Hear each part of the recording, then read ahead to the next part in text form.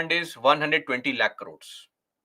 The parliament says, okay, we'll discuss all that. But in the meantime, you take 1/6 of the total demand, meaning 2 months expenditure. 2 months expenditure is approved in advance only. Clear? Amount sanctioned by Lok Sabha till the budget is enacted, meaning passed. And this is actually 1/6 of total demand. That is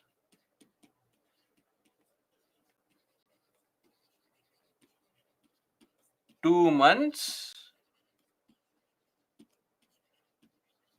expenditure. Clear? So this is what is called vote on account. It is approved initially only so that in case there is any issue, concern or delay, then the government is not left standing wanting for money, and how will the salaries be paid in April for employees, etc. So some money is sanctioned if there is any kind of problem. Okay. Second is supplementary grant. So what is this supplementary grant? Now imagine a situation in our country. Every year we have what? We have money being authorized by parliament for the tours and travel of the prime minister, because our PM loves to go outside. Our PM loves to travel outside. So what happens? For that, some money has been given by the parliament in every year, every budget. Now let us assume that the money given to the parliament, to the government for PM's foreign tour or foreign visits, how much? 500 crores. 500 crore rupees has been given for this. But because our PM loves to travel so much, this money is over by December only. Let's assume the money is done by December. And the PM right now is in some desert in Africa. Now what do we do?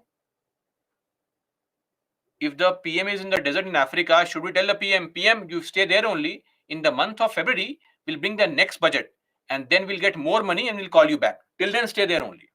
Of course, not possible, right? So what do we do? Whenever amount authorized in the budget becomes insufficient, then what do we do?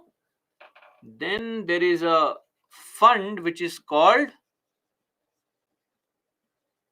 contingency fund. From there, money can be used immediately, and then what? Later on, this expenditure can be approved by the what? Parliament. Clear? Supplementary grant. Then we have this additional grant. Now what is this?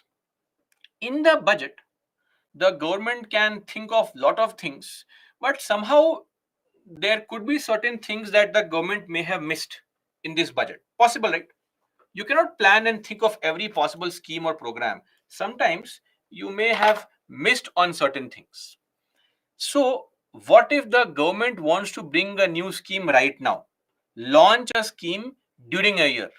Or maybe the government says, oh, that all India marriage service is a great idea. Let's start that service only.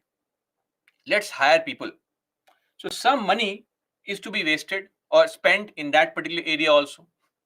Additional expenditure on a new service, which is not a part of budget. How will you spend the money? From where will you spend this money? Tell me, this additional money. What do you think?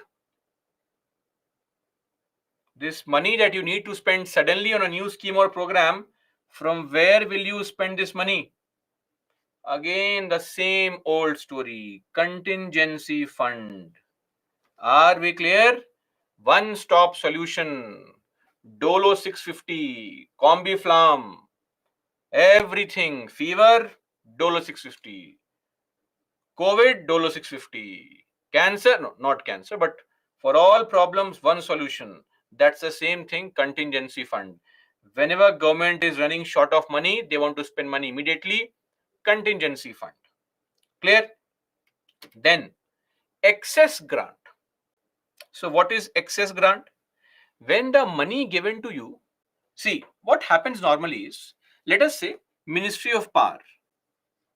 Example, Ministry of Power. Now Ministry of Power says we want to launch 3 projects, project A, B and C. For project A, we need 100 crores. For project B, we need 50 crores. For project C, we need say 80 crores. That's the demand. Okay. So the parliament says, okay, Ministry of Power, how much money do you want? In total, 230 crores. Okay. So the Ministry of Power is given in total 230 crore rupees. It has all this amount. But when they start the project, let's say this project A, because of increase in price of commodities, etc., because of weather conditions, anything, hundreds of things can go wrong. There is some cost overruns, meaning the actual expenditure on ground is higher. So they have 230 crores. They have by mistake spent 120 crore rupees on this scheme A, which means they have spent 20 crores more, which means they will have to now get 20 crores extra because of these 2 schemes. They have to fulfill these 2 schemes. Yes or no? So that's the problem. Again, from where will the money come? Contingency fund. Again, the money is sent from contingency fund. Think of a simple example. You are living in a hostel, PG, whatever. Oh, I said PG in one class and somebody said, what is PG? So that's why hostel. Hostel. Now you are living in a hostel and let's say the rent is 5,000 rupees. Then 3,000 is the mess charge and 2,000 given to you as pocket money per month. 10,000. Clear? Now, the point here is that when this comes to, say, the hostel charge, maybe suddenly the PG owner, the hostel owner says, I want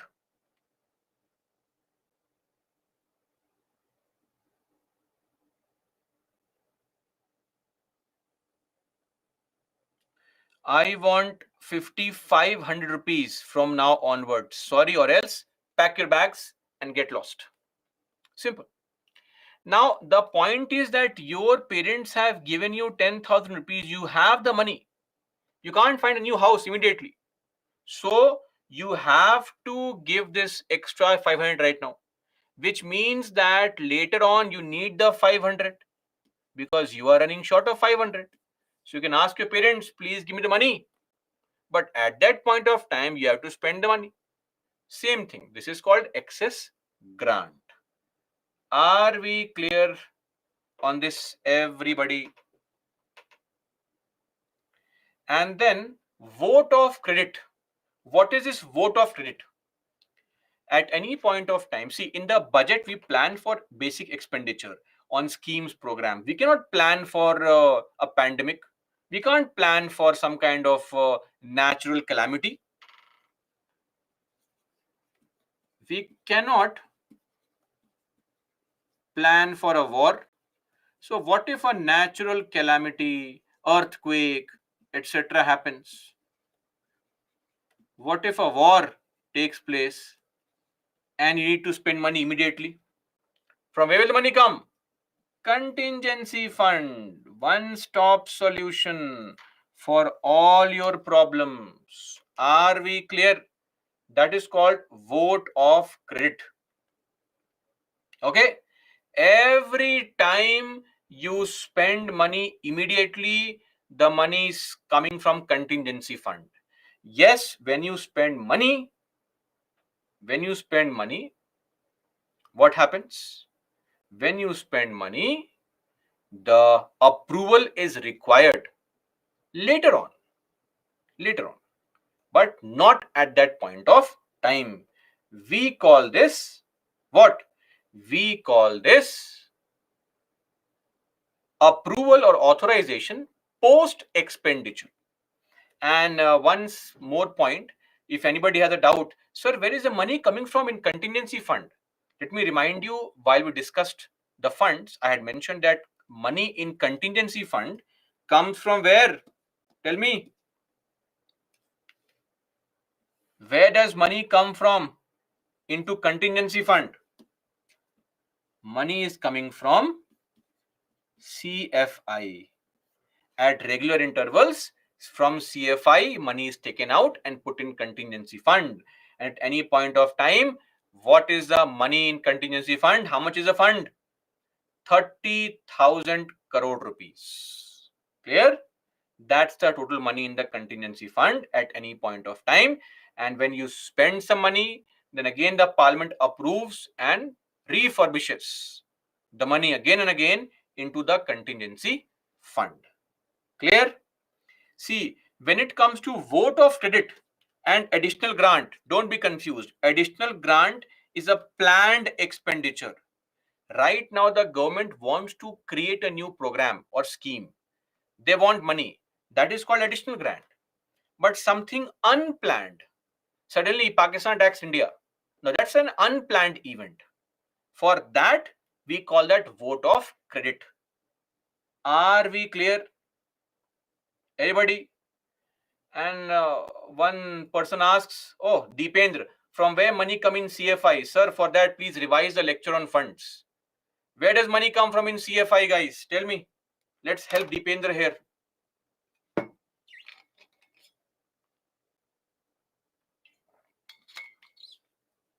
Money comes, okay, in the form of taxes, in the form of borrowings, etc. Any kind of tax, surcharge, any borrowings, loans that we have taken, all this is where the money comes from and put in the CFI. Okay. So one small point to mention here. See, let's say your mom has given you 1,000 rupees and says, take this, go and purchase vegetables worth 900 rupees. 100 rupees you can spend on your own. 900 given to you to purchase vegetables. 100, enjoy. You go to the shopkeeper, the vegetable vendor, and make a very sad crying face that look at my pathetic life, UPSC aspirant, no life, no fun.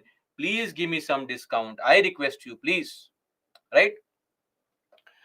So the shopkeeper, looking at your situation in life, says, okay, you give me only 850 rupees. Go. 50 rupees discount, UPSC aspirant discount. No problem. But the point is now that he has given you a bill of 850. Your mom will check this. That, oh, I had only told you to spend 100 rupees on yourself. How dare you spend the extra money? So for that, you can call her that, mom, see what happened. I have somehow managed to create a sad story and I have saved 50 rupees. Can I spend the money on myself? If mom says yes, yes, go enjoy. Good. Spend the money. That is called reappropriation. When the money is meant for scheme A, let's say there's a scheme A, on this 100 crore rupees has been sanctioned. Now, by chance, if the government performs very well and somehow saves 20 crore rupees on this scheme and is able to achieve the target in just 80 crores, then this extra 20 crores the government cannot spend on other schemes. No, no, no, no, not possible.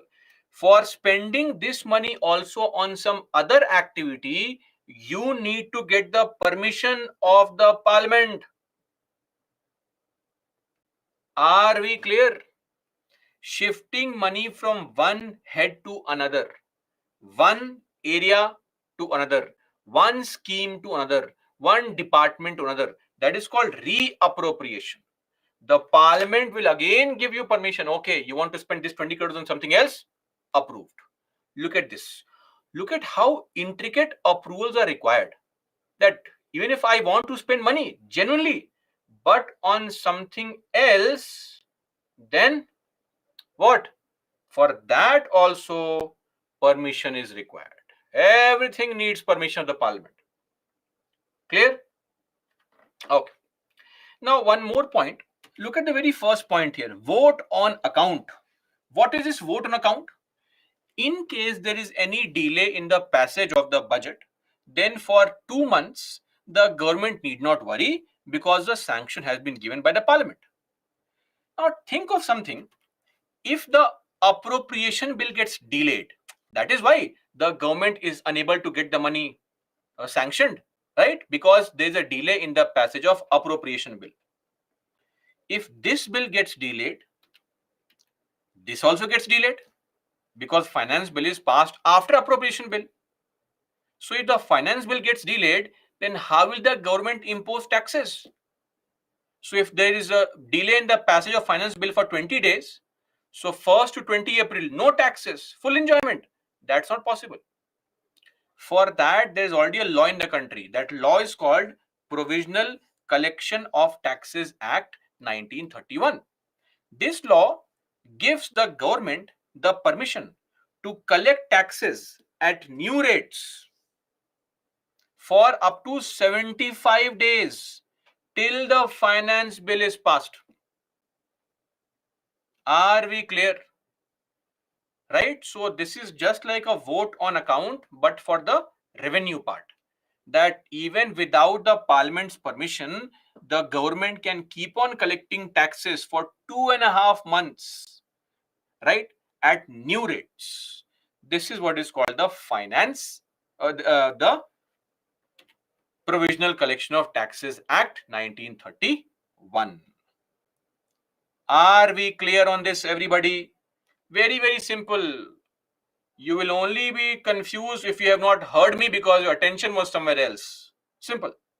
It simply means if there is any delay in the passage of finance bill, the government still has a right to keep on collecting taxes for 2.5 months. That's it. Okay. Now, all these terms, vote on account, supplementary grant, additional grant, excess grant, vote of credit, all these things are mentioned under Article 267. Are we clear? So when we are discussing the topic funds, I had mentioned that these terms, don't worry, we'll be discussing these terms in the topic budget. Time has come, we have discussed that also. Clear? So if at any point of time in your life, today, tomorrow, in future, you ever go and revise Article 267 from your slides, if that ever happens, maybe, who knows, then you will find those terms mentioned. Clear? So please revise before the exam only, not after the examination. Now, one more point is that, see, this budget is a very unique exercise to influence the voter. Yes or no? Tell me. If the government reduces tax rates, starts amazing schemes, freebies, subsidies, right? Then what happens? People say, oh, very good government, best government. Because we all want things for free without having to pay for it. But when we are the ones who are providing for those things, then we want the money, sadly, right? So, this reminds me of a very unique situation in the on YouTube. I don't really know what's the reality behind it, how true this was, but there was a teacher on YouTube during the pandemic. he would teach students, I think for 9th or 10th or maybe for SSC or one day examinations, he would teach students for free. On YouTube, it's all free, right? Free content. And then he wanted to expand his teaching, and he wanted to purchase a interactive board, basically a computer screen, which would be somewhere around 1.5 lakh rupees. So he told all his subscribers that, guys, I want small contribution because I'm very poor. I'm giving this content for free. Can you please pay me some amount? You'll be surprised that the total money he could collect from all his thousands of subscribers was around 8,000. Not everybody paid, nobody paid money. Some subscribers paid 10 rupees, 15 rupees. And those who paid that, they said, where is the board? It's been 20 days now. And this fellow was crying on YouTube that I wasted money, my resources to give content free of cost, and this is what I get in return. Anyway, so this is our country. Freebie culture is what we love. If things are free, it's nice. We don't want to pay for any kind of content, right? So there is no respect of intellectual property in this country, right? Be it the piracy of books, be it the piracy of cinema, etc. So this idea of giving free things is a very novel kind of idea at the hands of some parties. So if, let's say, I am the ruling party right now, the budget is around the corner, and this year is election year, why should I go for long-term reforms which would require me to spend less money on freebies and more money on infrastructure? Because see, if I spend money on improving the judicial system, right, people will not be able to get the benefit directly immediately. People want immediate benefit today only. Like when we teach, right, the first day after learning some things, I can't write answers. No, I don't like this. I won't write answers immediately. That's your perception. That's not how things function. Good governance takes time. So you have to understand that when you start studying comprehensively, you improve slowly. Same thing here. But the point is, this is election year. If I go for long-term reform, then nobody will vote for me. So let me use this year's budget, to spend money lavishly on people, giving all free schemes to people. I'll get voted back to power. Again, enjoy for 5 years. This is a problem with the opposition also, because opposition can do nothing. They can only promise. But delivering on those things is the control of the government. So that the budget is not used by the ruling party to manipulate the voter unfairly in its own advantage. The concept is interim budget. So interim budget is a concept where the regular budget presented in the election year is called interim budget. The budget presented by the incumbent. What is incumbent? Incumbent means current. Sitting. Which is the incumbent government? Tell me. Which is the incumbent government right now? BJP is the incumbent, or NDA is the incumbent government. That's it. Which is the incumbent government in Delhi? Tell me. Which is the incumbent government in Delhi? Okay, great. Aam Aadmi Party. So now you understand what is incumbent. A very nice word. You can use this word in the answer also, referring to the current government as the incumbent government. So the budget presented by a normal regular government, but in the election year, is called interim budget. For example, 2019, next year 2024, when next year the government presents the budget, that budget will be termed interim budget. Why? Because the idea is, you are going to present the budget of 2024 for April to March 25. Yes or no? In the month of May, elections will take place. From the month of June, there will be a new government. Why should the new government be forced into following the budget that you made for them? Why?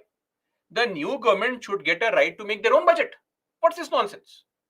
Right?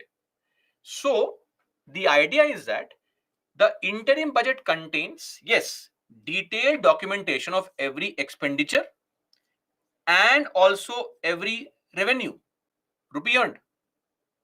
But for the coming few months only, they'll prepare a rough kind of budget, very general budget, right? Nothing new, nothing drastic, because we know that election around the corner. Let the new government come, let them have their own budget. And also, ideally, see, it is not mentioned anywhere, but ideally, the incumbent government should not introduce any major policy changes that can influence the vote bank unfairly. Now, what is a major policy change? There is no definition. But the idea is that, please don't modify tax rates, right? For example,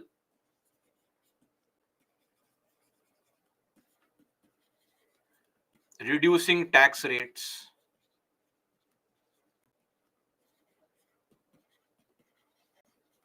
giving free money,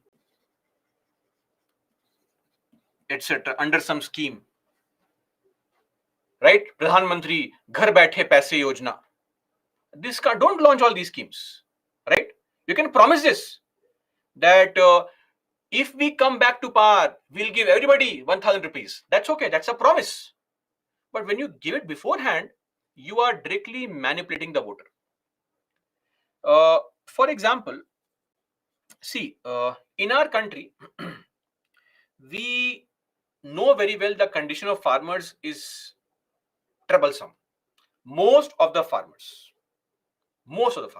not the rich ones, largely the small marginal farmers. So government said their conditions are very poor in most cases. So what we need is to give them some kind of support.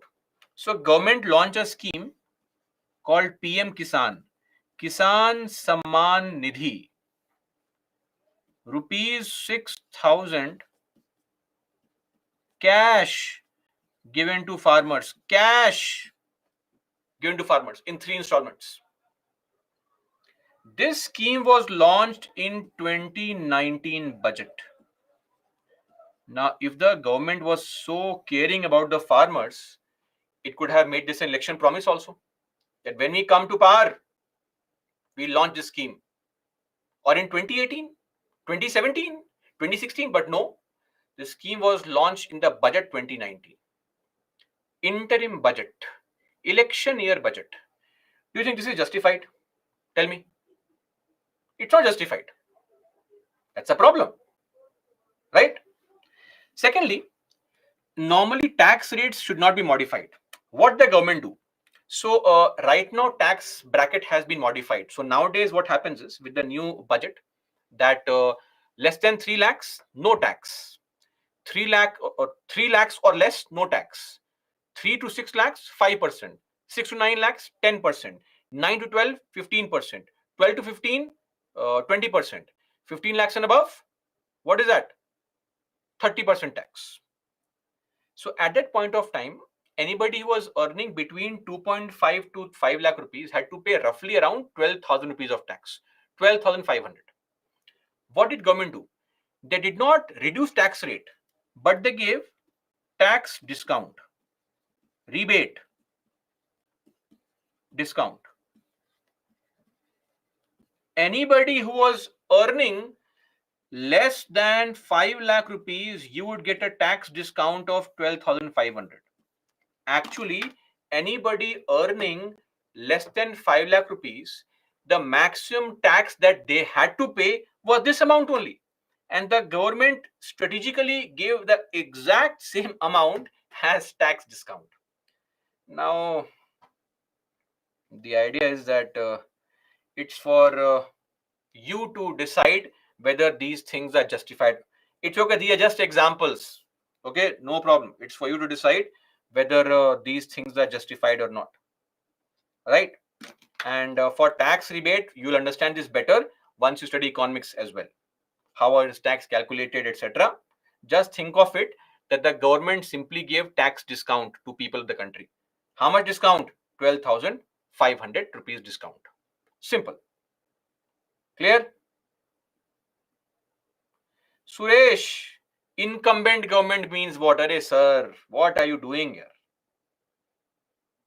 Satyendra, nothing is mentioned. See, as I said, ideally, it is ideally, okay, it is an expectation, right? There's no law which says so. But that's a problem. Everything should have a law or what? Right?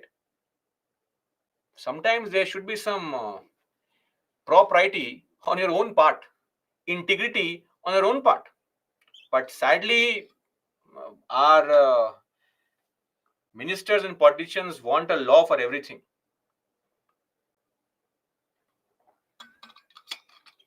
And when the new government comes to power, they can, in the month of July, August, have their own budget for the remaining part of the year.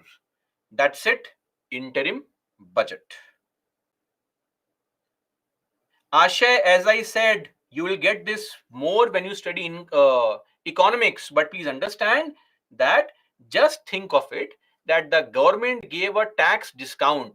So if you are going to pay tax to the government, 12,500 rupees of discount was given. Anurag, standard question is it mentioned in the constitution? Sir, as I said, it is not mentioned, sir. Nothing is mentioned. If something is mentioned, I'll tell you it is mentioned. Don't worry. Clear? Okay. Great.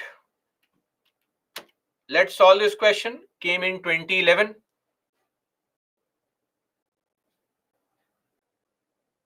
Okay, so what is this caretaker government? There is no caretaker government. Interim budget is used by a regular government only. It is just that in the election year, it is the budget is called a interim budget. There is no such concept which exists anywhere. So one is wrong. A vote on account only deal with expenditure. How much expenditure? 2 months expenditure. 1/6 of the total demand. While interim budget includes both expenditure and receipt. That's correct. So 2 is correct, but 1 is wrong. That's it. We are done with the passage of the budget. Once you study your economics classes and see the budget, you can now also better understand how all those things were passed. Clear? Let's now move on. Look at this. And every rupee to be earned, that is a revenue part, receipt part of the budget. Okay. Moving on to some other terms. First is the leader of the house. Very simple, nothing unique here. Who is the leader of the house? So leader of the house, and both the Lok Sabha and Rajya Sabha rules define like this only, that Prime Minister is the leader of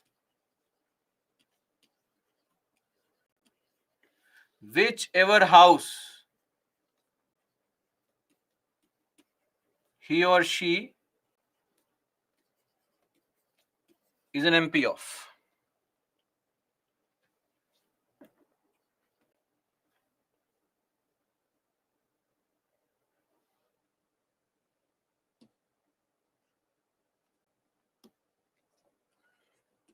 Okay. So please tell me currently who is the leader of Lok Sabha? Prime Minister Narendra Modi. Why? Because he is an MP in Lok Sabha. So what happens in Rajya Sabha?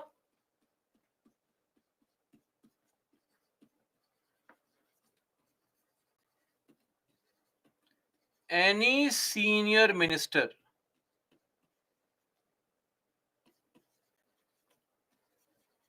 chosen by PM becomes the leader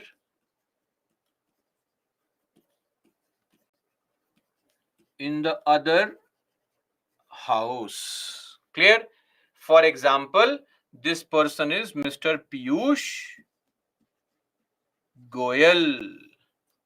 And look at how happy he is. That, sir, you are everything, sir. Great, sir. Amazing, sir. Look at his expression. This means what?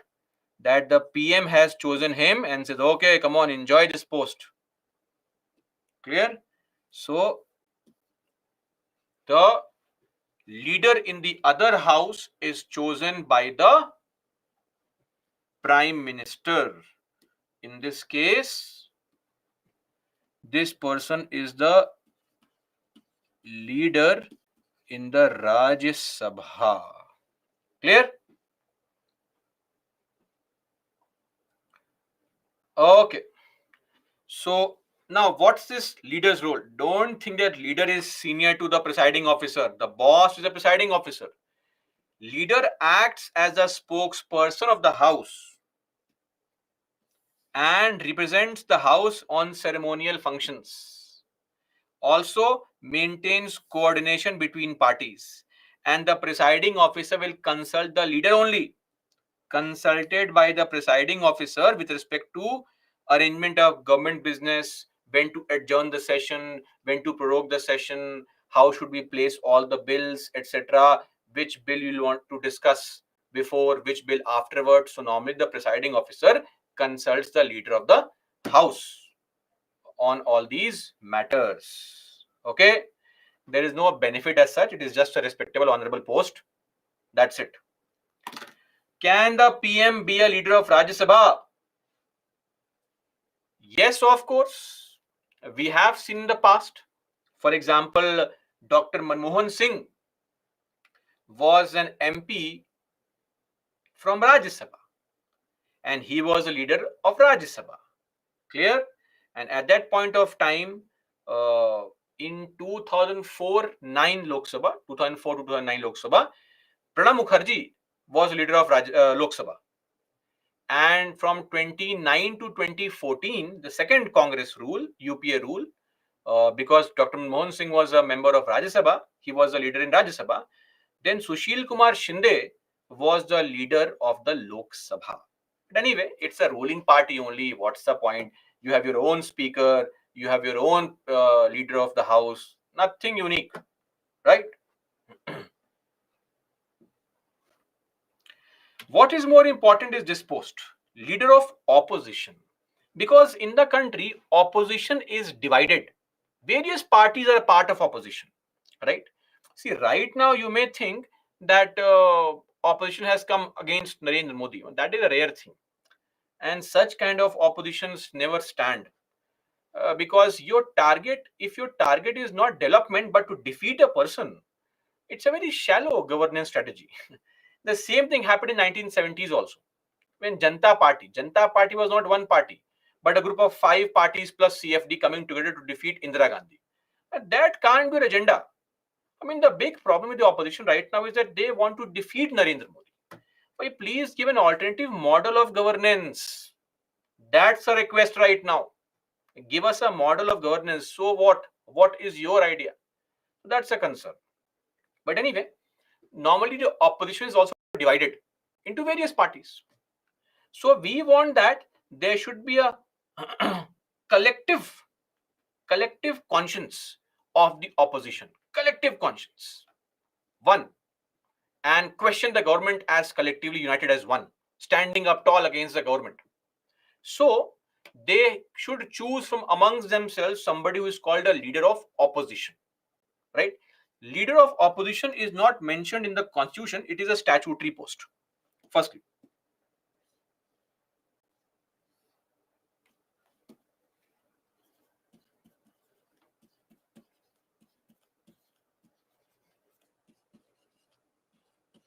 statutory post. Second, one advantage is that these people have the same status as a cabinet minister.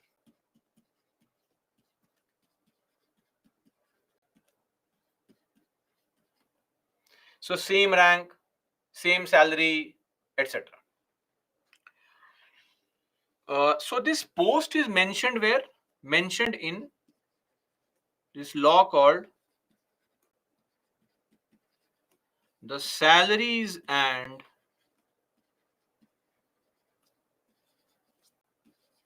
Allowances of LOP,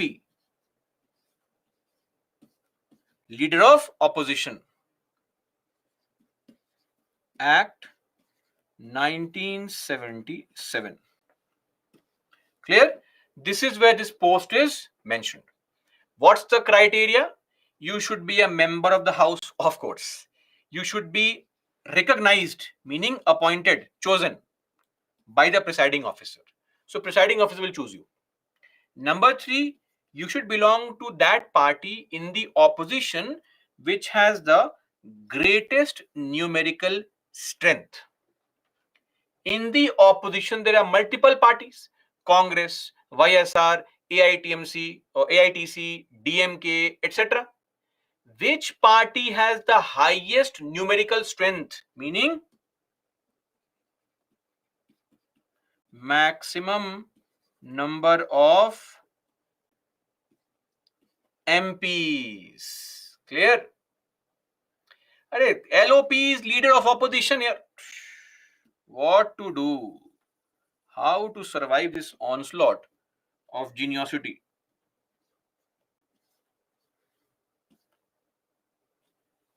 Leader of opposition, LOP.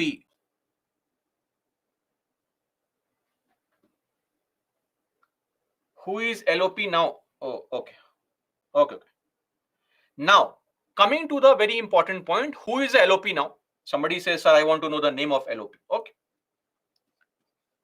In Lok Sabha and in Rajya Sabha. Firstly, you tell me, in Lok Sabha, which party has the highest number of MPs, but in the opposition? In the opposition. Congress. Congress, I think, has around 50 MPs, if I'm not wrong, including Rahul Gandhi.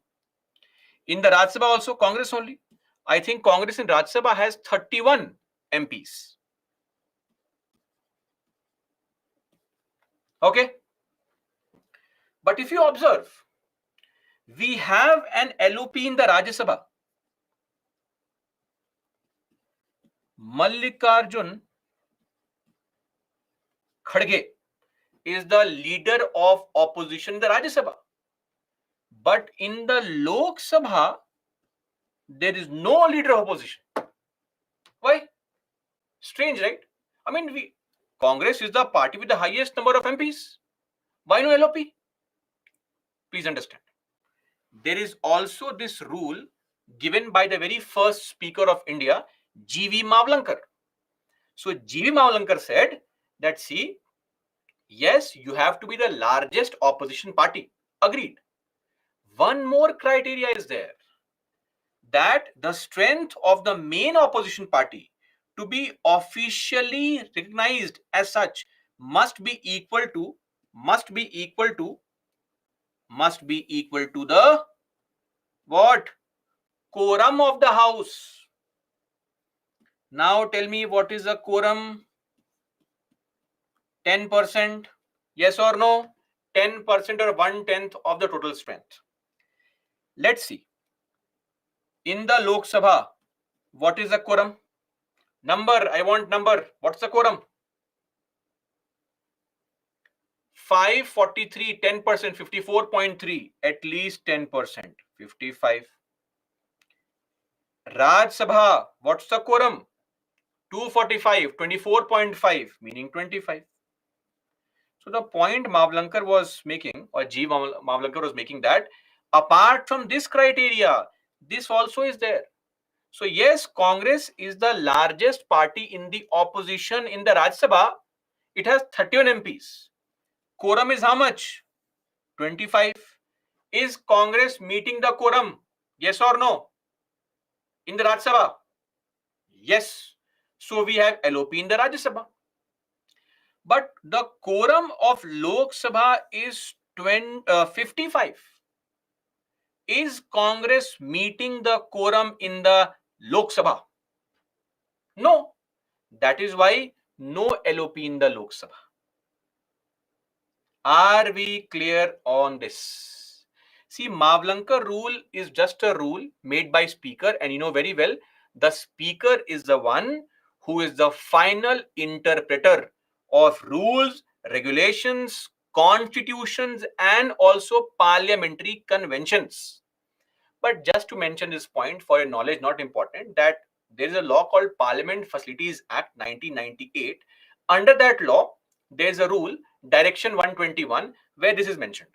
Not important. Ignore it. But yes, this is a speaker's rule, and this needs to be followed. I hope now you understand why we don't have an LOP in the Lok Sabha. Are we clear? If two parties both meet the quorum and two parties have the same strength, are in the opposition, then the presiding officer will decide who will be the leader of opposition. Simple. Clear? Are we okay? Great. And just to point this out, first ever LOP in our country was also there only in 1969. That is Ram Subhash Singh. So don't be angry at the BJP government. They are doing nothing unique, right? This was done by Nehru also. In the first Lok Sabha, Nehru scored 364 out of 489 seats. 364 seats. The largest party in opposition was CPI with 16 seats. Second Lok Sabha, Nehru got 371 seats out of 494. Largest party in opposition was CPI, 27 seats. Look at the Congress now. Come down to 50 seats. Anyway, this leader of opposition is actually a member of various committees which are used. For example, the LOP is a part of a committee which is there to appoint the chief election commissioner, part of a committee to appoint the CBI director, etc. That's their role. Okay. That's it. We are done with the leader of opposition. Now, parliamentary privilege. But before that, let's take a quick break. And after the break, we'll come back and discuss parliamentary privilege. Anurag, yes, the speaker can make his new rule now. We can change the rule, no problem whatsoever. Okay? Done. Break, please. Before you say previous slide.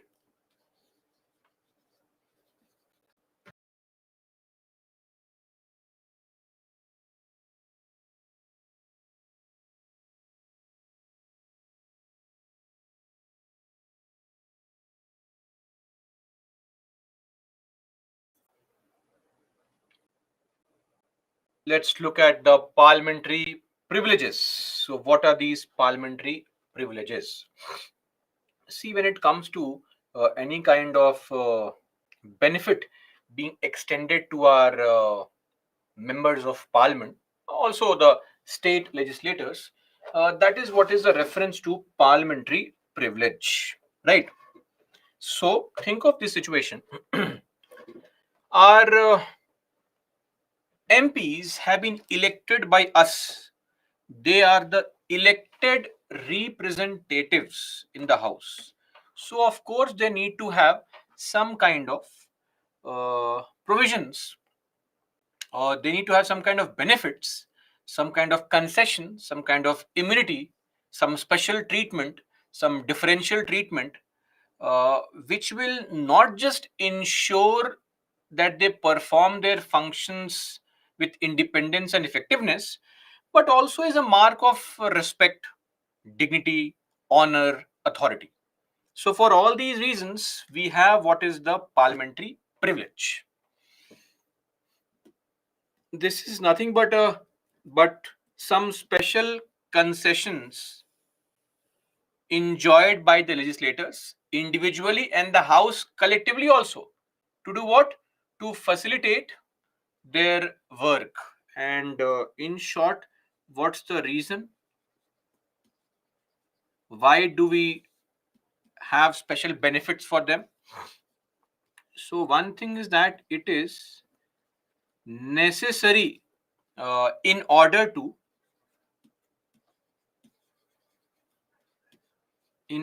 secure the independence,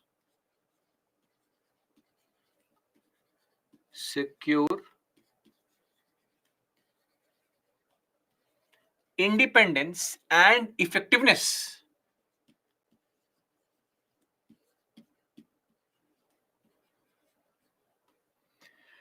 of their functions or of their actions,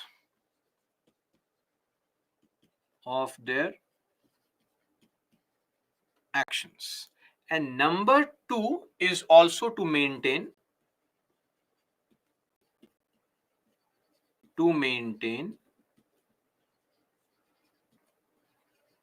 dignity, maintain honor, maintain authority, respect, etc.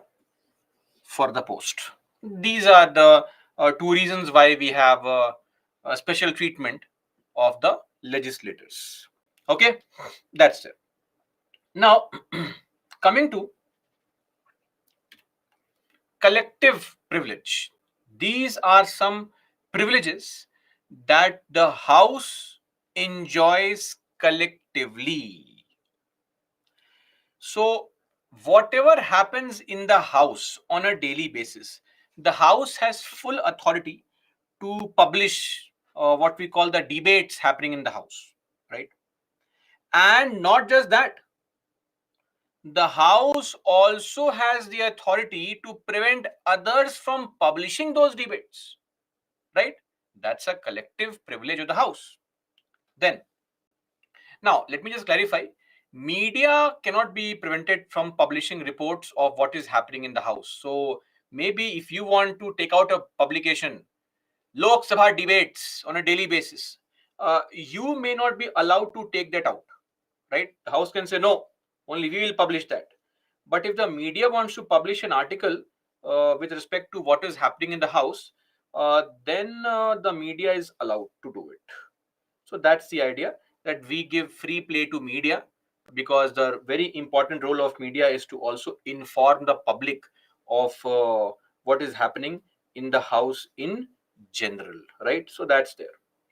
Clear? Now, this is the collective privilege number one.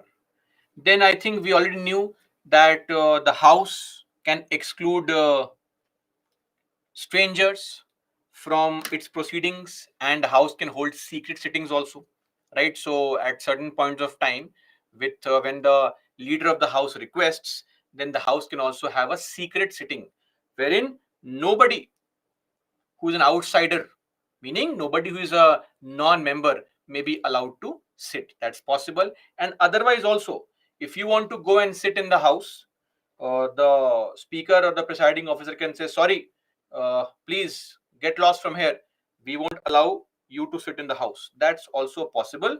So it's the House which decides who will sit in the galleries, etc., who can watch the House proceedings and all such things. Clear? Then the House also makes its own rules on how to run the House effectively. We call those rules what? We call those rules as the rules of procedure and conduct of business. But in short, Lok Sabha rules, Rajya Sabha rules. Then the House can punish its members as well as outsiders for the breach of privilege or contempt. Meaning, whenever the House, whenever the House feels that any member has disrespected the House, then remember, there can be a privilege motion brought against the person, and the person can be expelled also, including outsiders, people like us. If we make any kind of statement against the House can punish us also, and with jail sentence. So, contempt, meaning if you make any derogatory remark against the House,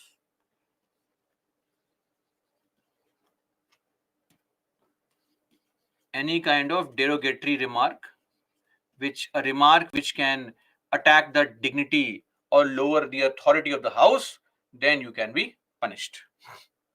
Then this is for people who are sitting here, who will become IPS officers. Whenever you arrest any sitting legislator, you have to immediately inform the what? You have to immediately inform the presiding officer. So the House has the right to receive immediate information on the arrest, on the detention, conviction, imprisonment, and release of a member. Then the House can also institute inquiries and order the attendance of witnesses and send for relevant papers and records. So House has this power also that it can call people, come on, come and be a witness in front of me, make some statements here. So all these things can be done by the House. Clear? Then the courts are prohibited to inquire into the proceedings of the House. Let me be very clear on this. This is a constitutional provision, Article 122. The courts are not allowed to inquire into the House's proceedings. However, there is a small catch here. Supreme Court has said that this is not available to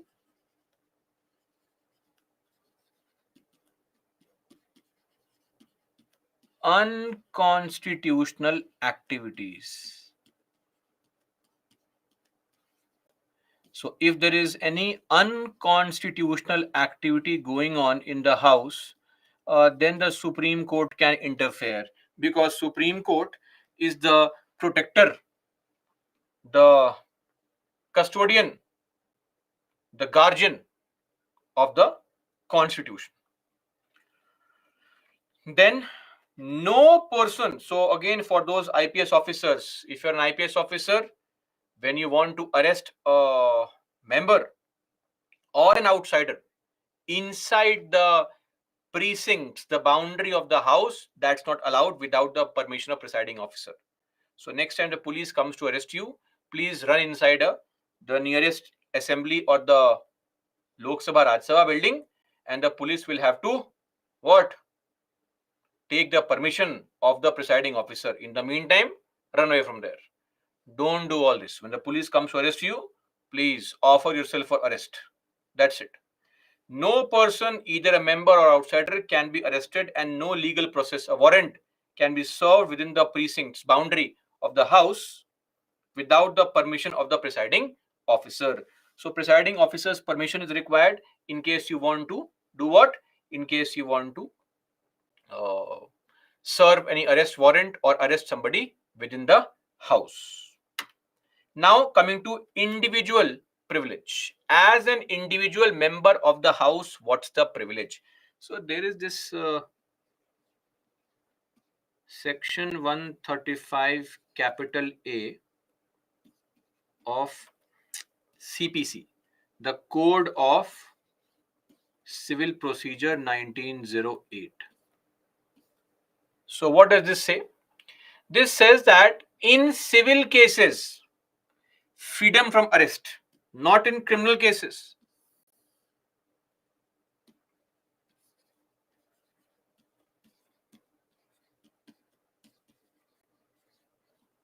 In civil cases, there will be freedom from arrest during the session of the parliament, 40 days before the session, and 40 days after the end of session. So you cannot arrest the MPs while the session is going on, or 40 days before the session starts, or 40 days after the session ends. But only in what kind of cases? Civil cases, not a criminal case. And for civil cases, I hope I have already explained this when we were discussing the topic precedent, Article 361. Please refer to the Article 361 to know more on that. Revision, again, the same old story. Then a very, very important article. This is very important to know. This is Article 105. What is Article 105? It says that in the House, the members have unlimited, unrestricted complete freedom of speech. So basically, once you know Article 19, that is the article, the fundamental right, which gives us the freedom of speech and expression, you will come to realize that the freedom of speech and expression that we have has around 8 different restrictions. So we cannot make any statement which can cause defamation. We cannot make a statement which can create public disorders against morality, etc.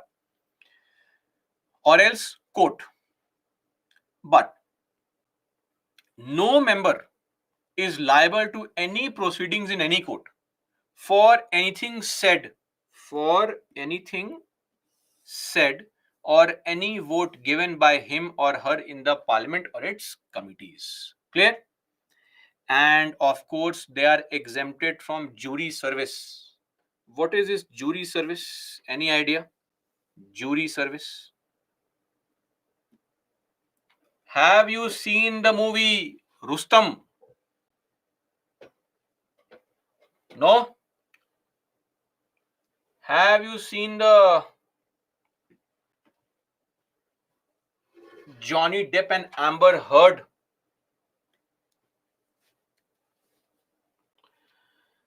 defamation trial?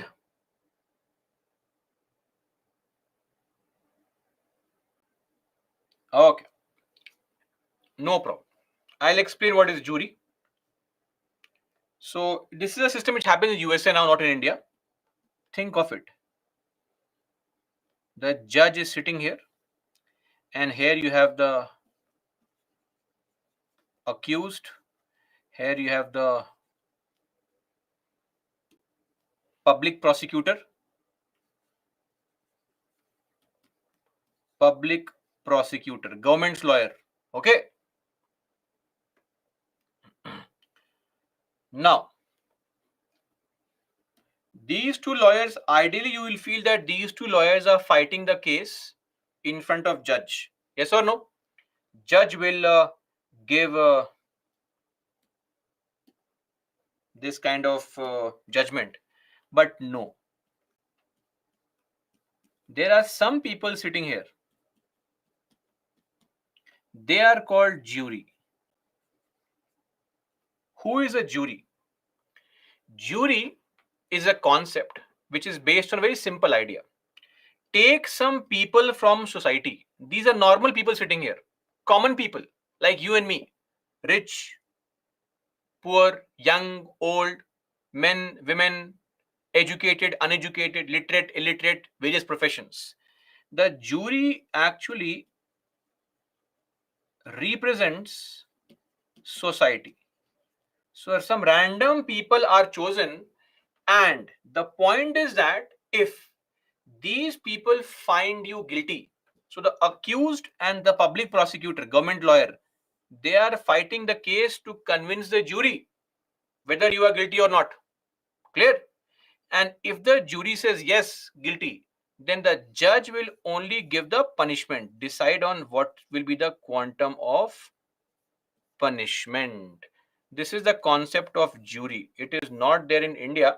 It used to be there in some local courts in Bombay province, Maharashtra, and in some courts in West Bengal. But now it is no longer there, especially after CRPC 1973. We don't have any jury. It's a very lame kind of concept, where because people, normal people, emotional people, they can very easily be manipulated. And all those who may have seen Rustam, you would know very well how the jury can very easily be manipulated, emotional, right? So this is the concern, and that is why we don't have this kind of thing in our country. Clear? Anyway, but apart from this, if you want the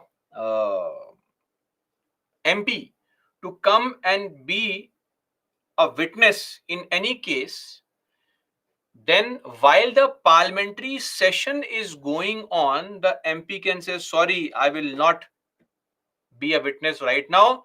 Let the session be over. Clear? Okay. That's it. Individual privileges. One more thing I would like to add here. All the benefits you see, these individual privileges, they are also available to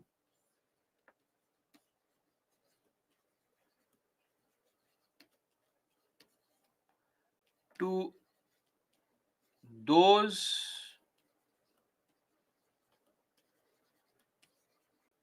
covered under Article 88. What is Article 88?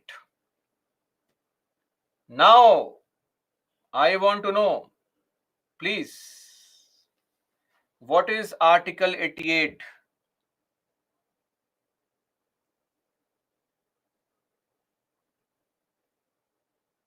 Firstly, respond to my queries. Don't ask queries right now.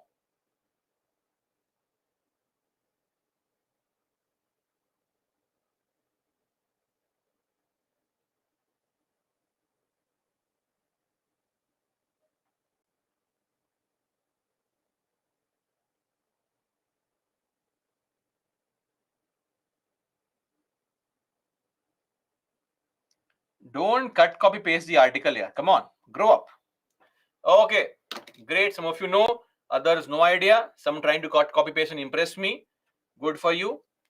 Article 88 basically is the article which says that every person or every minister and the attorney general have a right to sit, speak, take part in the proceedings of either house. Remember, Article 88, the right of the ministers and the attorney general with respect to the houses.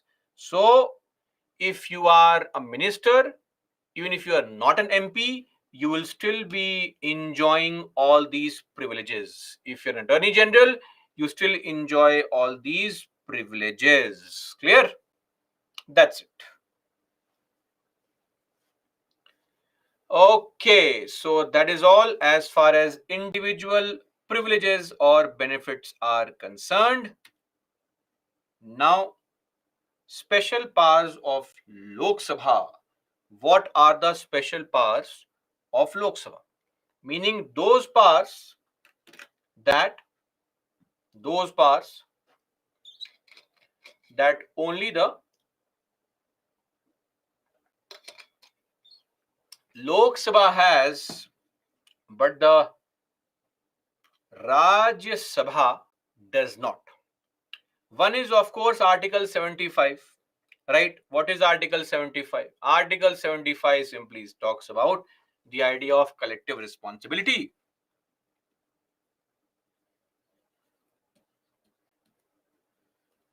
Collective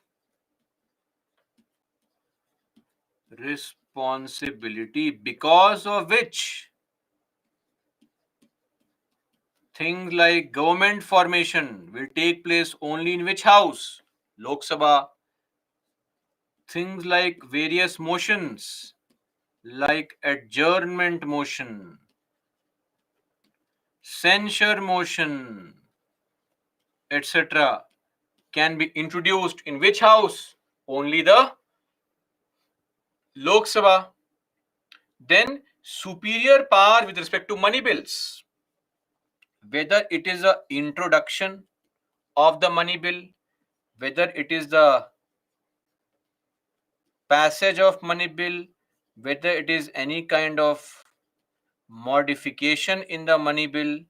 This is all the power of Lok Sabha, plus any kind of cut motion and also the demand for grants. All this is approved only in the Lok Sabha. Then superior power with respect to joint sitting. So what's the superior power in case of joint sitting? The power is number one, numerical advantage. Number two, Lok Sabha rules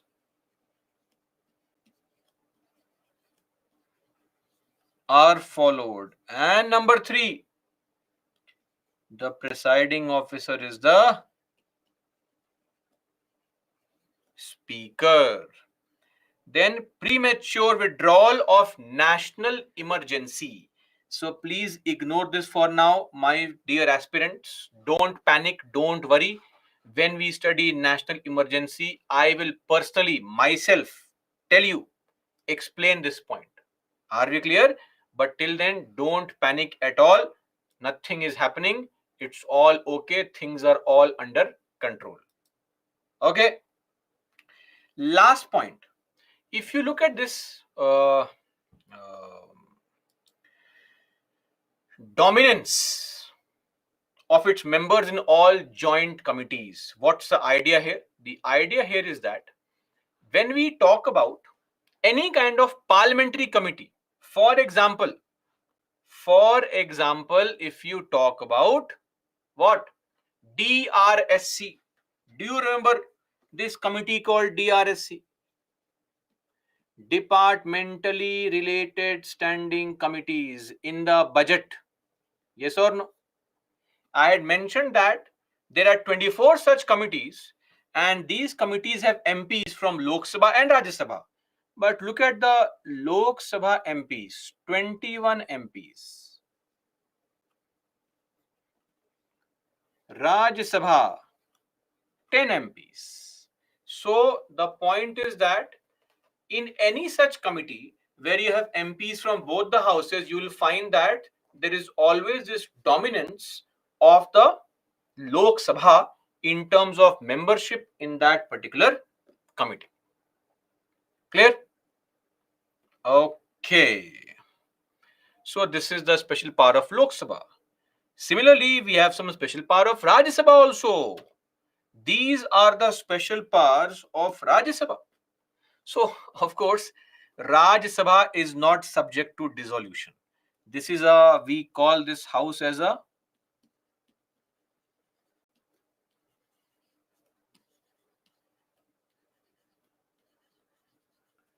continuing chamber, never subject to dissolution.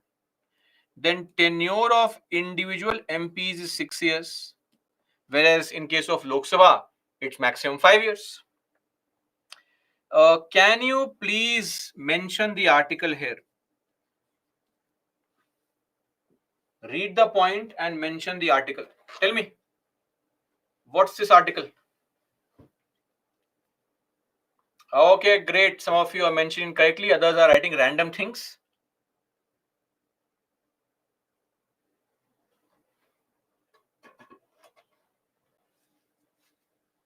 Why do I never get the good response I expect from people who constantly keep on asking queries?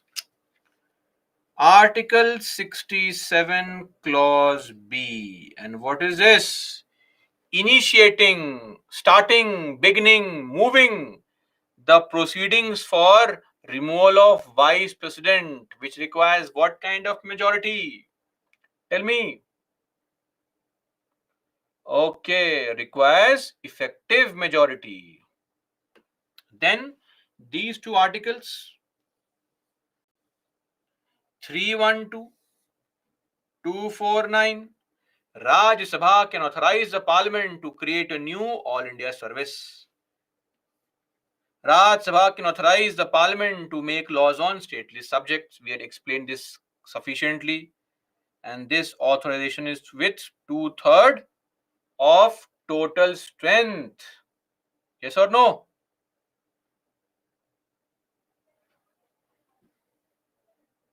Okay, very good. 2/3 of present and voting. So these are the special powers of Rajya Sabha. So now the point is, should we remove Rajya Sabha? Is Rajya Sabha required? Is the big question. What is the what is the advantage of having a Rajya Sabha? Benefit of Rajya Sabha. So the need,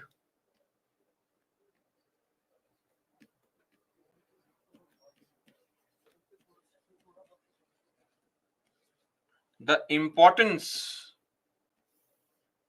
of Rajya Sabha. So guys, I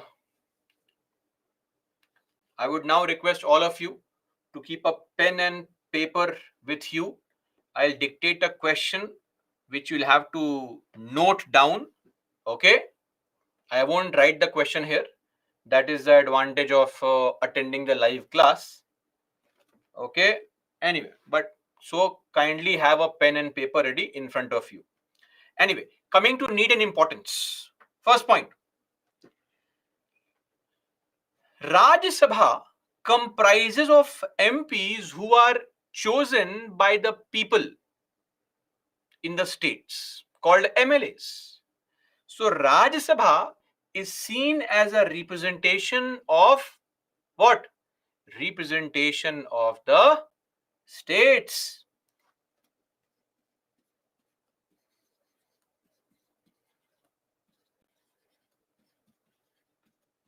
Representation of states, which would also mean protecting and promoting federalism. Clear? Number two. See, Lok Sabha MPs are always very aggressive, passionate, because they are voted upon by, they are chosen by people. People vote, people choose, right? So they are always act for the camera, always trying to impress their voter. And that is why Lok Sabha is sometimes called the house of passion.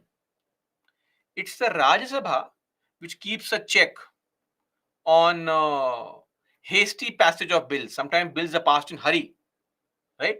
Rajya Sabha acts as a check, house of corrections. Check on Lok Sabha with respect to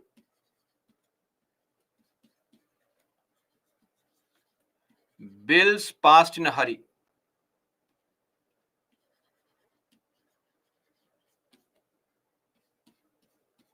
Then, of course, a very important point is that members in Rajya Sabha, experts are there, right? Because they're not directly chosen by people, so the quality of membership is better. And that's why you'll see in Rajya Sabha lesser disruptions happening. Disruptions are very less in Rajya Sabha. Not just this, lesser disruptions, you will see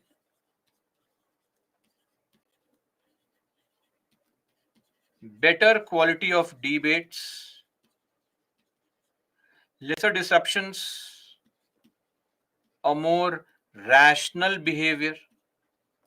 So in Rajya Sabha, in general, you won't find the MPs fighting, banging on the door, etc. Right? Not a door, the desk, etc. Then historically, a higher attendance rate is there. Historically. So because of all these reasons, we need Rajya Sabha. It's very, very important as a house to ensure the collective responsibility, even though the ministers are directly responsible to Lok Sabha only, but Rajya Sabha is a very, very important house to ensure that the ministers perform their task to the fullest of their ability. Are we clear? So that's why we need Rajya Sabha. See, when it comes to members who are experts, the idea being that in the Rajya Sabha, since you also have the opportunity to choose 12 people from any field, they are experts in their field. Otherwise, also the MLAs vote for these people, so they can simply vote for experts who are in some field more knowledgeable, rather than those people who are popular. Popularity and knowledge are two different things. Sadly, for a lot of us, it takes an entire lifetime to realize a difference. What is very popular may not be the best, because it's very logical that something which is very, very good may not be understood by everybody. So, normally, what's popular is something which is largely accepted. But what is genuinely very good is limited to only a certain class of people, not economic class, the top story, the mental class, people with scholastic ability to understand. So, winning an election by making grandiose statements is a different art, but actually having knowledge on specific topics is a different art. So, when MLAs vote, there is a possibility of them choosing people who are specialists in certain fields. When people vote, people are fans of your style, right? Nothing beyond that. Okay, so that's how it is. Anyway, this is why we need the Rajya Sabha. As I said, now I hope you have the pen and paper in front of you. So I gave the same question in the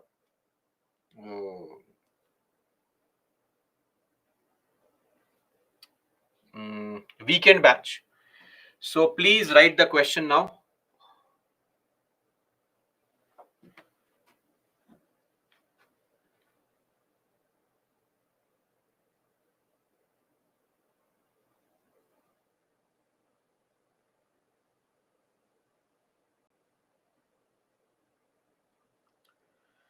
Okay, all ready?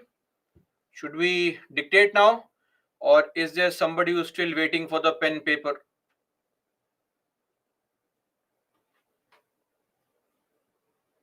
Done. Okay. Compare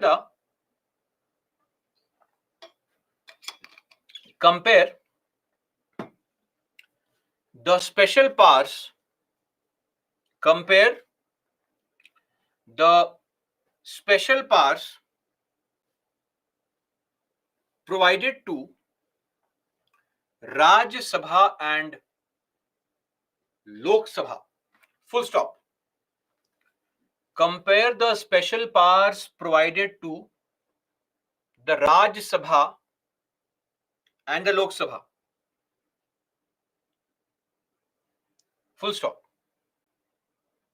Do you think, continue in the same question, do you think that Rajya Sabha can be abolished? Do you think that Rajya Sabha can be abolished? Question mark. Argue your case. Argue your case.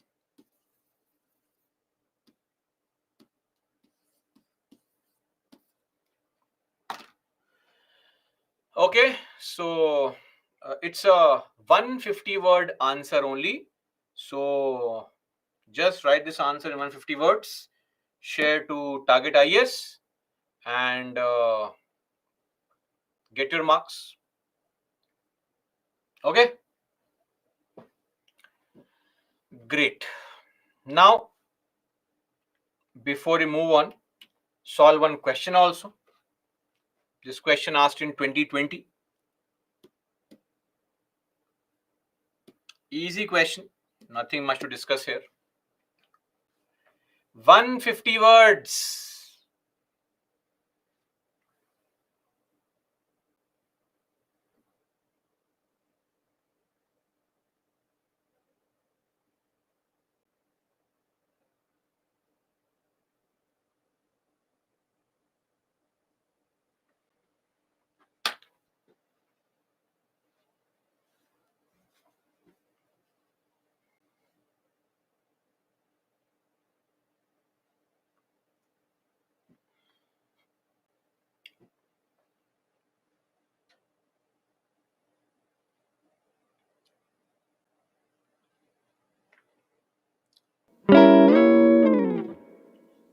Why?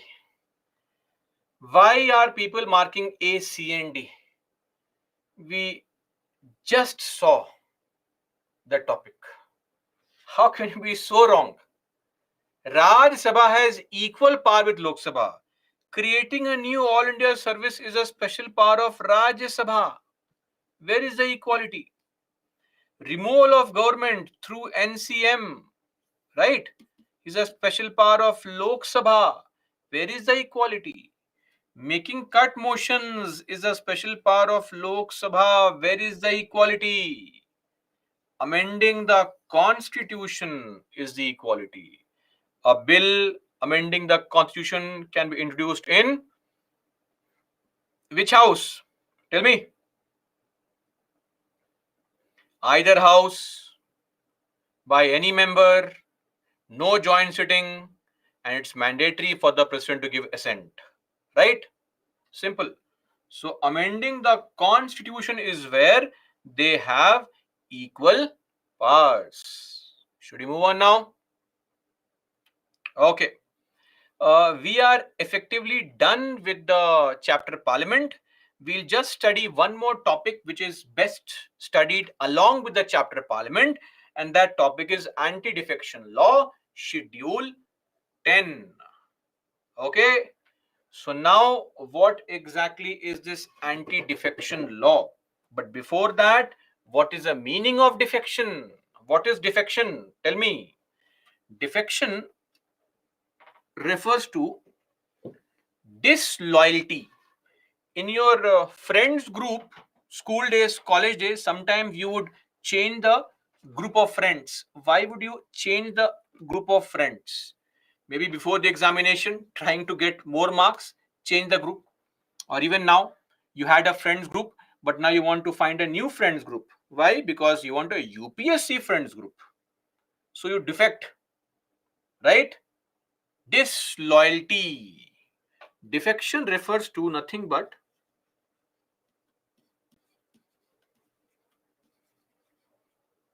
disloyalty. My point is, we are discussing defection, but the concern is what? The concern is with respect to the politicians, right? Now, what is a political party? In your governance classes, you will find, see, the chapter Parliament is not officially over. Please wait. Once we are done with this, I'll tell you which articles are important. So, when we talk about any political party, the definition of a political party is a group of people with a common ideology, common vision, who come together with the purpose or intention of contesting and winning elections. Otherwise, if you have no such intention, you'll be called a civil society. Intellectual people coming together to form a group. That's it. But the moment you want to win the election, you are a political party. But the premise is what? Premise is having a common ideology. That's the premise. Now think of it. Let us say today you believe the Congress's ideology is very good. Tomorrow, you may fully believe that the BJP's ideology is very good. Day after tomorrow, you may fully believe that the communist, sorry, that may not be true. But anyway, some other party's ideology may be fully correct. We have every right to know more information and change our perception, change our behavior. Yes or no? We do, right? What's the problem? Now, what is the big deal about it? So today I feel that BJP has a very good ideology. I want to join BJP, and tomorrow I simply want to switch and change to Congress. Why do you want to prevent this? Tell me.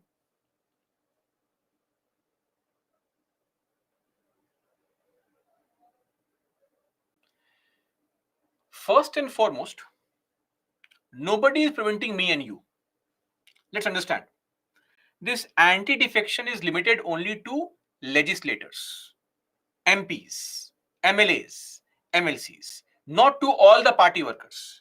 If today you are a BJP party worker who is a member of BJP, not BJP claims that it has 10,000 members, 10 crore members, 10 crore members. We don't care whether you leave BJP and join Congress or vice versa. We will start caring when you become an MP, MLA, MLC, a legislator. That's when we start caring, right? Why? Because of the problems that can come when you leave your party. Point number one, why would somebody leave their party? Do you think they leave party because of ideology? Of course not.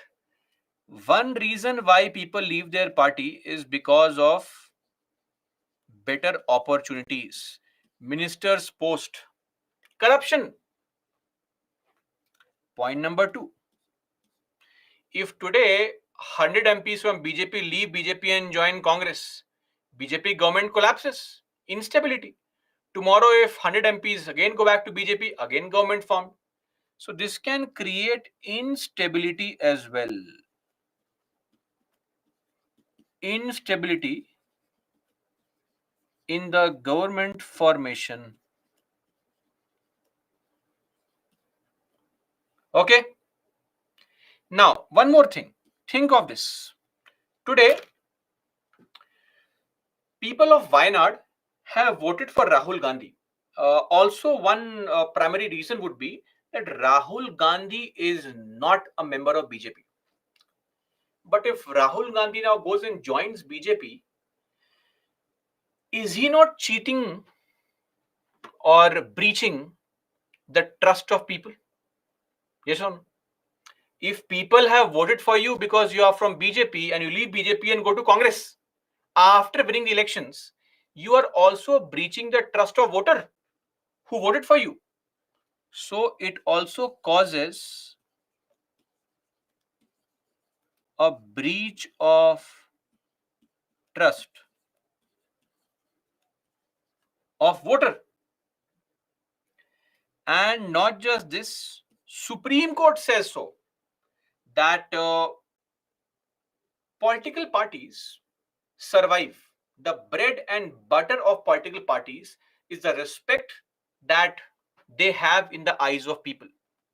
You attack the respect and you lose, the party loses everything.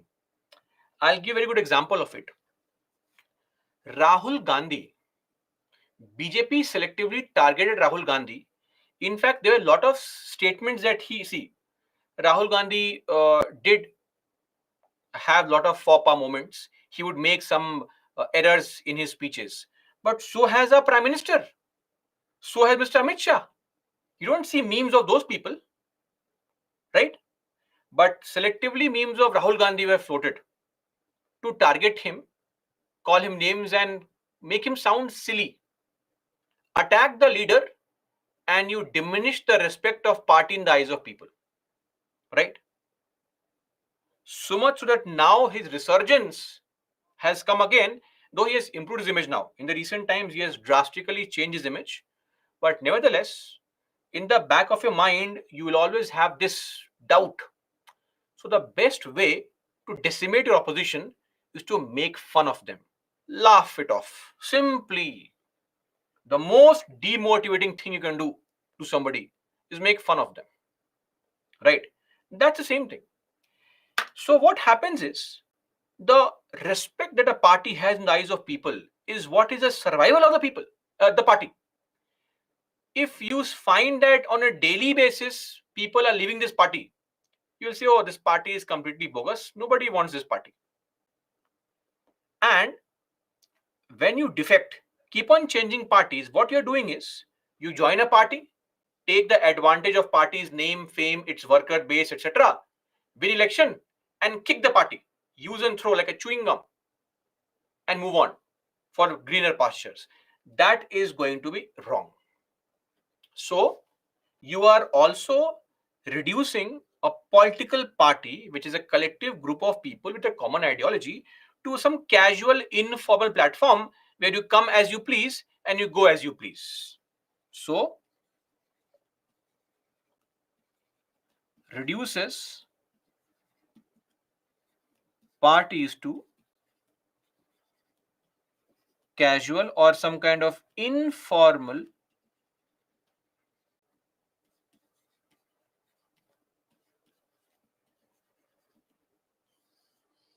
platform.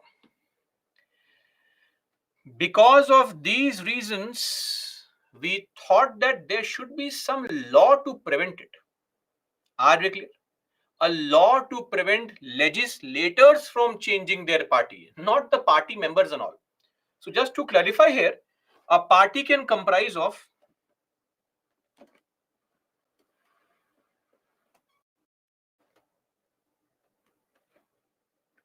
am I visible to everybody, guys? Okay. So the party can comprise of two things. Point number one, I am talking about the party as a whole. I am referring to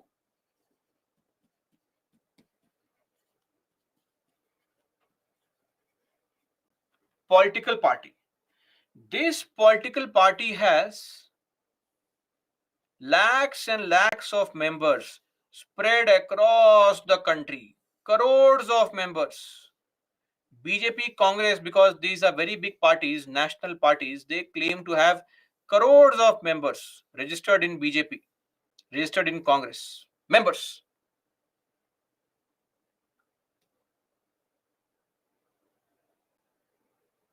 Your screen rainbow one time. Oh, anyway.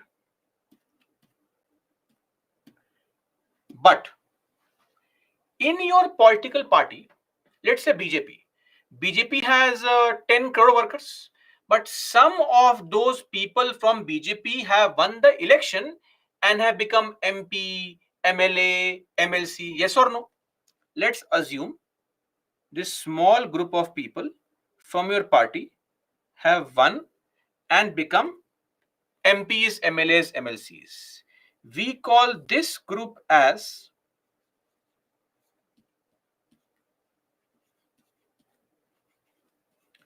legislative party, meaning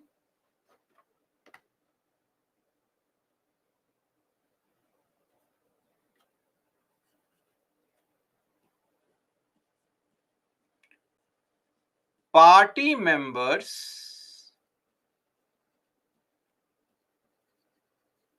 who have or who are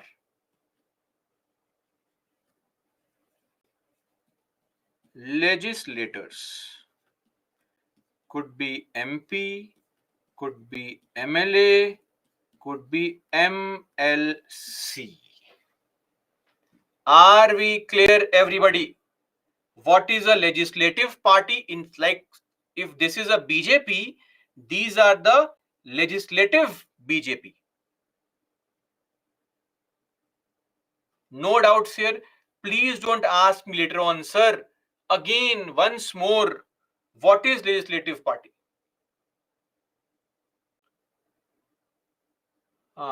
Typical 2-3 names, and they will say explain again without telling me what exactly is the concern.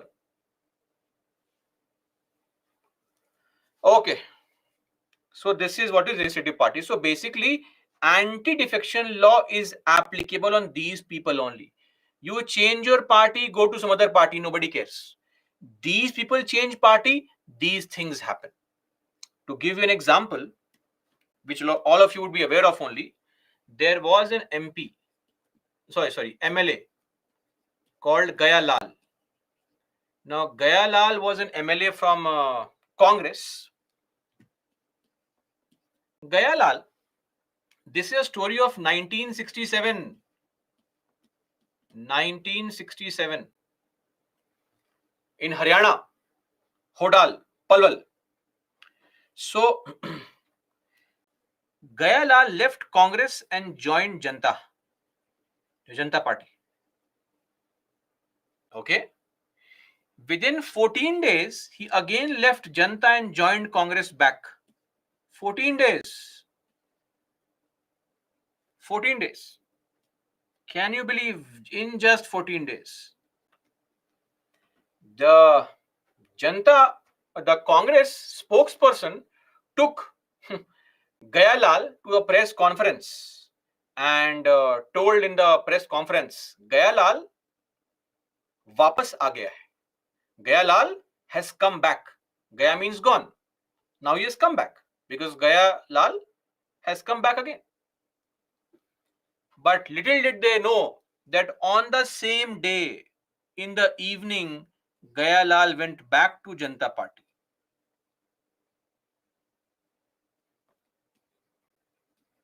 Within 15 days, he changed his party 3 times, which resulted in a very popular phrase, though it has not got anything to do with his name, but people misconstrue it. It has got to do with his name. The phrase is called Ayaram Gayaram, but the actual meaning is that when will a politician come to your party, only God knows, Ram knows. And when will the politician Gaya leave from your party, only God knows. Mere human beings cannot predict the behavior of politicians. Are we clear on this? So this is the very popular phrase. And one more thing, this is actually called horse trading.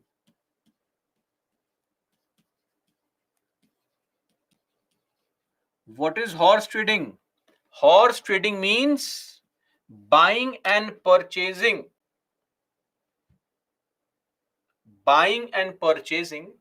of the legislators. That's called horse trading. When you buy and sell these MPs, MLAs, MLCs, that's called horse trading. Okay. Now,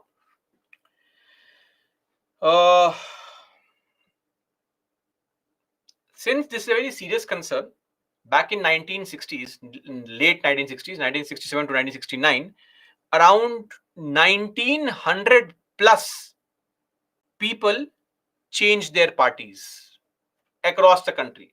Legislators, 1900 of them, half the legislators, which forced the government into thinking that there should be a law. In fact, a proposal was brought twice in 1970s, but could never be passed. It was only in 1985 that a law was brought by amending the Indian Constitution through the 52nd Amendment Act. With this Amendment Act of 1985, the Rajiv Gandhi government made couple of changes by adding Article 102 Clause 2. This is meant for MPs. And Article 191 Clause 2 meant for MLAs and MLCs. And also one Schedule 10 was added. Schedule 10 of the Indian Constitution was added. And what is that? Provisions with respect to, I think now everybody knows, with respect to disqualification arising out of defection. This is what is the anti-defection law, popularly also called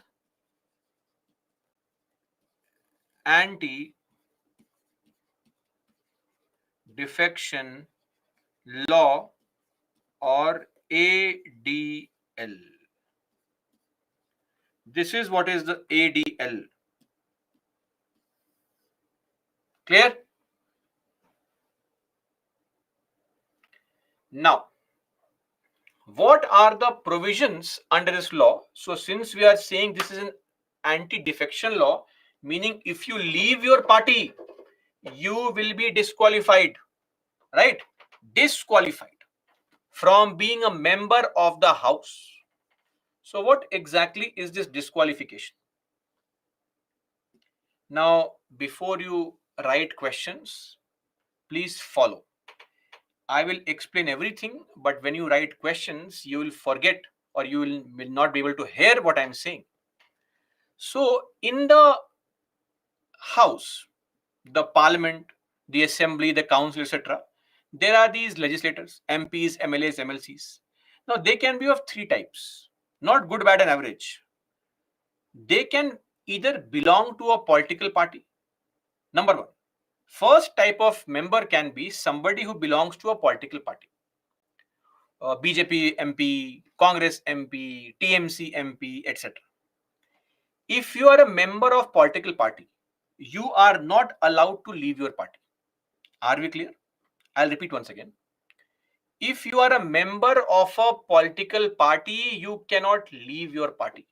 A member of a house belonging to any political party becomes disqualified for being a member of the house if he voluntarily gives up his membership of such party.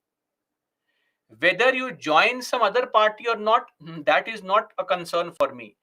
The moment you give up your party's membership, oh, I am not a member now, sorry, bye bye, tata, then the seat also says tata to you. Bye bye, you are no longer an MP or an MLA. Clear? Or. Now see, there is a concept in our country which we have borrowed from UK. That concept is called whip. Whip. Now this whip is not mentioned in the constitution,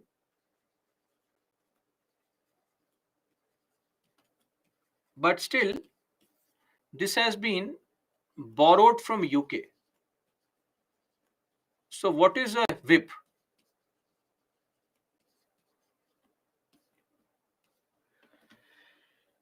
It's like when your family goes on a vacation somewhere, right? Who decides the vacation place? Your father. Yes or no? Even if you want to go to Goa and dad says, no, we'll go to Vaishno Devi.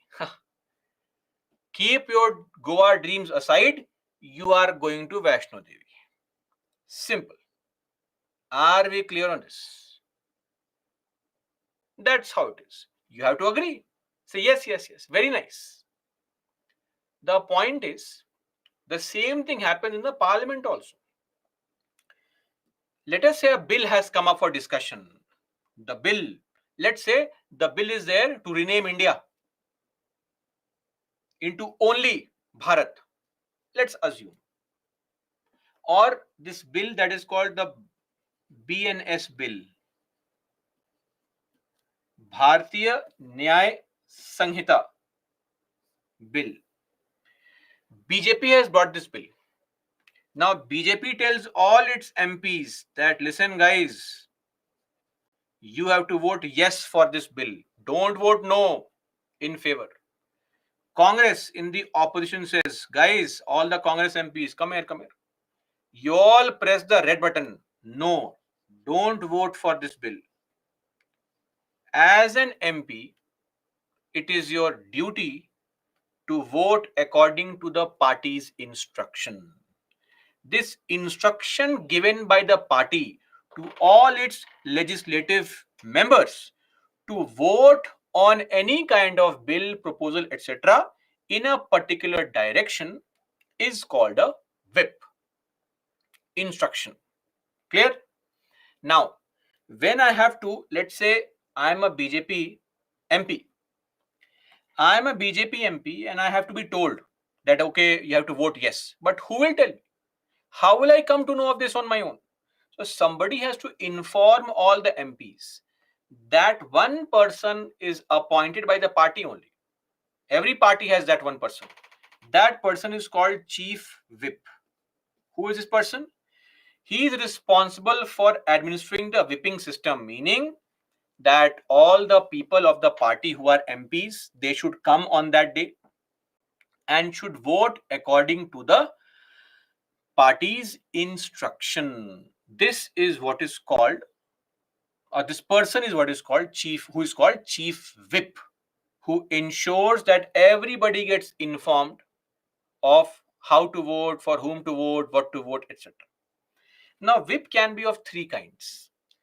One is the single line whip, very basic. Here, the party will not tell you anything. The party simply says that, guys, on the 16th of September, voting is there. Should I come? Your choice. What should I vote? Your choice. First line whip, single line whip. Two line whip. Here the party says, guys, on 16th of September, voting is there. Please come and vote. Mandatory. Okay. Should I vote for yes? Parties don't. It's your choice, but you have to come and vote.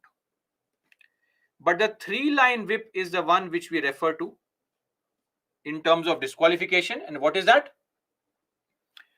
Inform everybody that on 16th voting is there, and guys, you have to come for voting. And not just that, you better come and press the yes button. 3-line whip. Are we clear of the whipping system? Please. Any doubt here? Okay, great. So the point here is now, let me come back to the point I was trying to make, that if the party has issued a 3-line whip, has told you that please come on 16th and press the yes button, and you vote or abstain from voting in such house contrary against the direction issued by party. If you come on that day and don't vote only, or you don't come only on that day, and I won't come and vote, or you come and vote no, party saying yes, you said no, I will vote no, without obtaining prior permission of such party, and such act has not been forgiven, condoned by the party within 15 days. Okay, meaning what? See, if the party tells you come on the 16th and vote, guys, please read what I'm mentioning here and don't ask this question only. It feels very bad that you're not paying attention. Don't ask this only. Is it mentioned? Anyway, so let's assume now, for example, that when it comes to, let's say, voting, your party has said, please come on that day, please vote and press the yes button. Okay. But on that day only, you suddenly fall ill, headache, stomach ache. Then what do? Or you're in the coma. You won't come out of the coma crawling, dying, press the green button and die there only. That won't happen, right? Of course, there is some exception. Or what if you had come on that day, but you went to the washroom and suddenly voting started? It's not your mistake. So things can go wrong, right? So if the party understands you, okay, no problem, man, no problem, chill, relax. If the party has forgiven you, then no problem. Or you tell the party that no, I don't want to come that day, sorry, or I want to come, but I will vote no. So if the party gives you permission that okay, this fellow, do whatever you want, then it's okay. Otherwise, disqualified. You cannot leave your party, you can't vote against your party. As simple as that. Clear? This is all. Whipping is an internal party system because it is not some constitutional provision. So don't ask me when is it done. It is done as per each party's wishes. So I don't know when BJP will issue a whip. We have no idea, right? This is an internal party functioning. Where are you guys planning for your holiday trip next year? Others don't know. They'll only know when you go on the trip. So what is happening inside a party, we cannot know. Are we clear on this? Okay. Now, if there are people who are independent members, independent meaning they don't belong to any party. So basically what happened that these people were not given a ticket by any party. See, if you have committed 2 or 3 crimes, party says, okay, ticket. 10 crimes, too much. No, not that. The point is that sometimes, some people don't want to be attached to a party, or they don't get any party to field them. No party gives them ticket to contest. So they contest on their own. And they win. And now they are MPs, MLAs. In that case, an independent member, after becoming a member, should not join any party, because an independent member becomes disqualified to remain a member if he joins any party after election. So you have to be independent member. Are we clear? You cannot officially join a party. Now, you will say, sir, what about voting? They are free to vote. They are free to vote in any direction, but officially they cannot join any party. If they join, disqualified. Third is the nominated members. Example, we have the 12 MPs in the Rajya Sabha. Now see, these nominated people are not actually politicians in most cases. They are academicians, right? Celebrities who are very popular in their own field. They have no link to politics.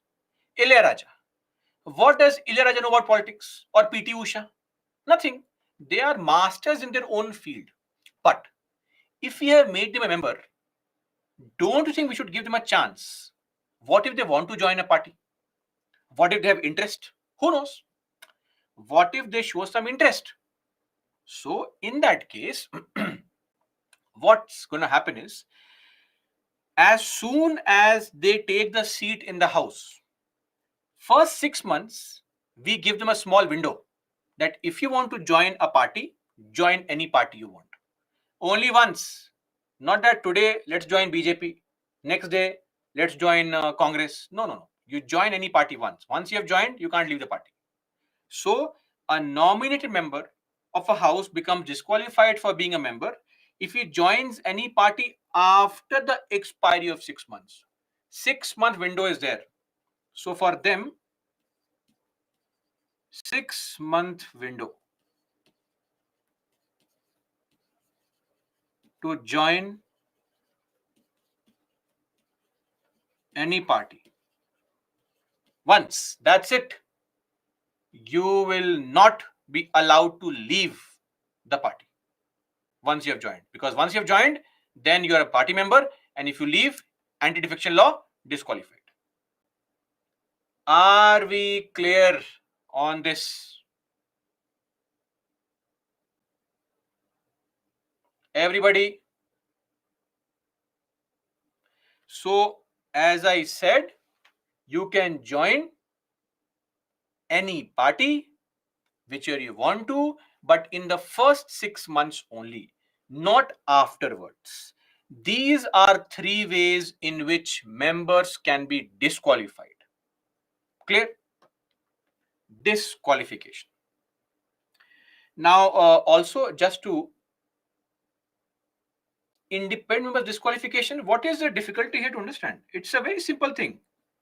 If you are an independent member, do you understand the concept of independent member? Firstly, tell me this.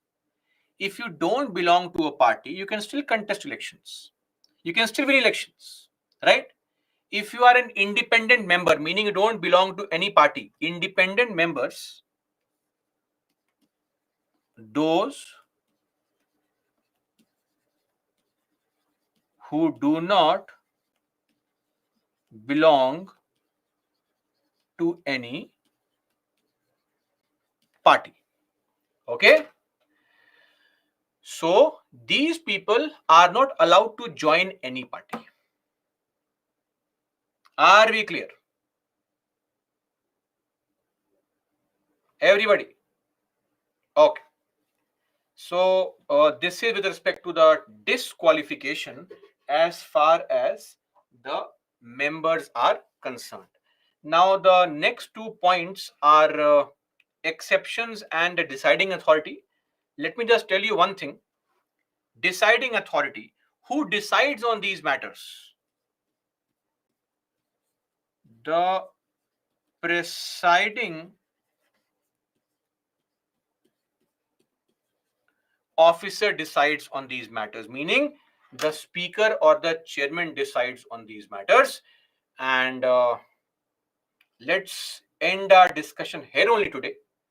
In the next class, that's on Monday, we'll take up for discussion what is the exception, what is the time frame for deciding authority, etc. What has been the problem in our country, what are the issues concerning the ADL, what happened in Maharashtra. I'll give all these examples here. Yes, whip and chief whip are different things. Can't you read the definition? Whip means instruction, chief whip is a person. Two different things. Are we clear? Okay, great. Let's meet on Monday. But yes, before we meet, some kind of homework is mandatory. So, task for the weekend. Firstly, test. Don't dare to miss the test. The biggest mistake is skipping on the test. Don't do it. It's my request to you. Number two, revision. Number three, editorials. Number four,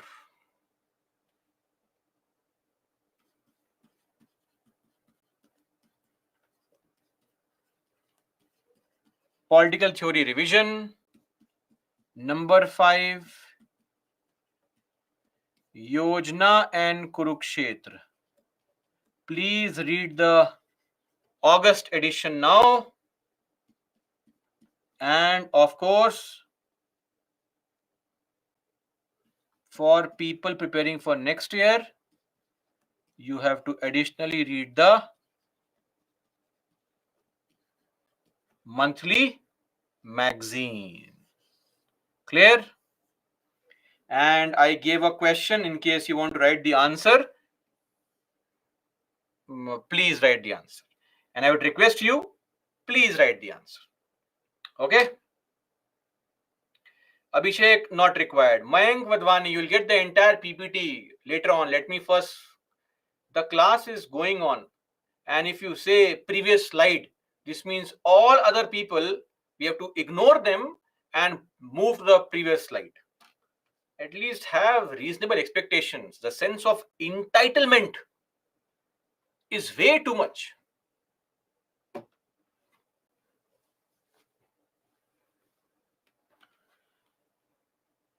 Kumari will discuss this later on what is the issue. Your point is very appropriate that yes, but we'll see what can be done. Okay, leaderboard. Roshan, every day the same story. Chapter 22 of Lakshmikant. Tehseen, oh, amazing. Sir, whip is mentioned in the constitution. If you read and study and focus in the class, then there will be no problem. But who will focus on all this? I have a right to type anything. Ask a question. Rani, Anita, Kirtana, Kumari, Shahid, Basu, Deepankar, Shubha, Shargun. I think there is no change in the topper list.